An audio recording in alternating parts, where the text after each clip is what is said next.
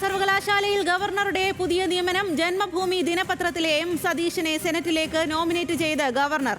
Kothamangalam MA കോളേജിലെ professor B ബിജുവിനെ engineering വിഭാഗം മേധാവിയായും നിയമിച്ച് ഗവർണർ ഉത്തരവിറക്കി.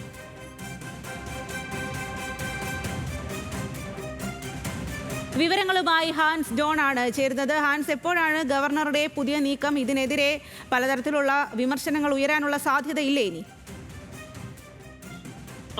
അല്പസമയം മുമ്പാണ് ഗവർണറുടെ ഓഫീസ് ഇത്തരത്തിലുള്ള ഒരു വിജ്ഞാപനം പുറപ്പെടുവിച്ചുകൊണ്ടുള്ള ഉത്തരവ് പങ്കുവച്ചത്. ഇതിൻ പ്രകാരം നിലവിൽ വന്നിരിക്കുന്ന ഒഴിവിലേക്ക് നിലവിലെ സെനറ്റ് അംഗമായിട്ടുള്ള B ശ്രീകുമാർ ഗവർണറുടെ സ്റ്റാഫായി മാറിപ്പോയതിനെ തുടർന്ന് വന്ന ഒഴിവിലേക്കാണ് ഇപ്പോൾ സെനറ്റ് അംഗമായി ജന്മഭൂമി ദിനപത്രത്തിലെ M സതീശനെ നോമിനേറ്റ് ചെയ്തിരിക്കുന്നത്. അതിനോടൊപ്പം തന്നെ കോതമംഗലം MA കോളേജിലെ മെക്കാനിക്കൽ എഞ്ചിനീയറിംഗ് വിഭാഗം ഡീനും പ്രൊഫസറുമായിട്ടുള്ള B ബിജുവിനെ കേരള സർവകലാശാലയുടെ എഞ്ചിനീയറിംഗ് വിഭാഗം മേധാവിയായിട്ടും ഗവർണർ നിയമിച്ച് ഉത്തരവിറക്കിയിട്ടുണ്ട്.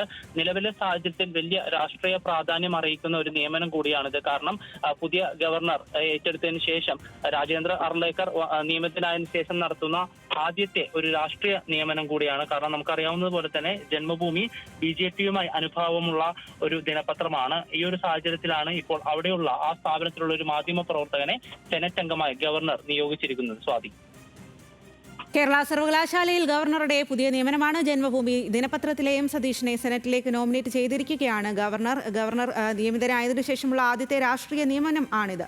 ആ വിവരങ്ങളാണ് ഹാൻസ് നൽകിയത്.